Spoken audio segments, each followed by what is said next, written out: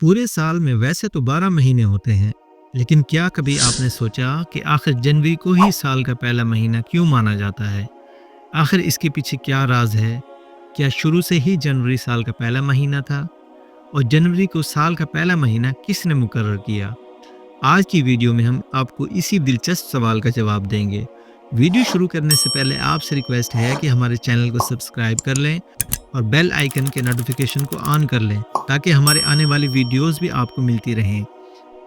جنوری کو نئے سال کے آغاز کے طور پر منانے کی روایت قدیم تہذیبوں سے لے کر آج تک کئی مراحل سے گزری ہے۔ اس کی ابتدا کی بات کریں تو یہ تقریباً 2000 قبل مسیح بابلی تہذیب سے ہوئی۔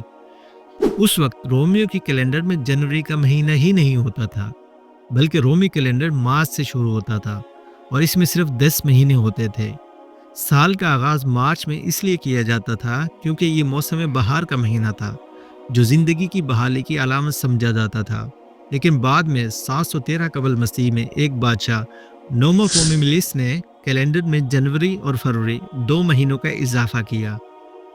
روم کے لیے جنوری مہینے کی بڑی اہمیت تھی کیونکہ یہ مہینہ شدید سردی کے خوفناک مختصر دنوں کے بعد آتا ہے، جبکہ موسم سرما کے باعث دنیا اندھیرے میں ہوتی تھی، سخت سردی بھی ہوتی تھی اور اس موسم میں کوئی بھی فصل پیدا نہیں ہوتی تھی۔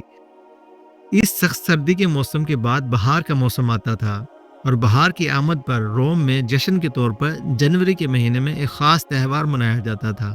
46 قبل مسیح میں ایک رومن بادشاہ جولیس سیزر نے جولین کیلنڈر متعارف کرایا اور 1 جنوری کو نئے سال کے آغاز کے طور پر مقرر کیا، اور عیسائی مذہب کے لوگ اس کا سہرا گریگوری ہشتم نامی پوپ کے سر سجاتے ہیں۔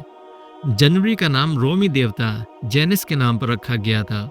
جینس دیوتا کو دروازوں، شروعات اور وقت کا دیوتا کہا جاتا تھا۔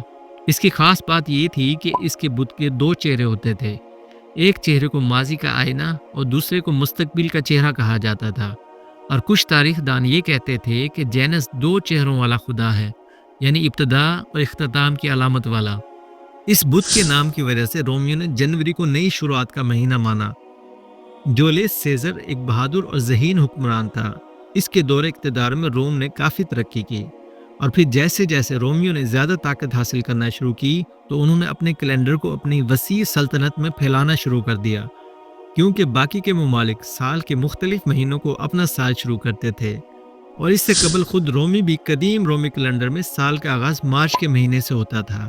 جنوری کو نئے سال کے آغاز کی وجہ سے رومی حکومت کے نئے عہدیدار بھی جنوری میں اپنا عہدہ سنبھالتے تھے۔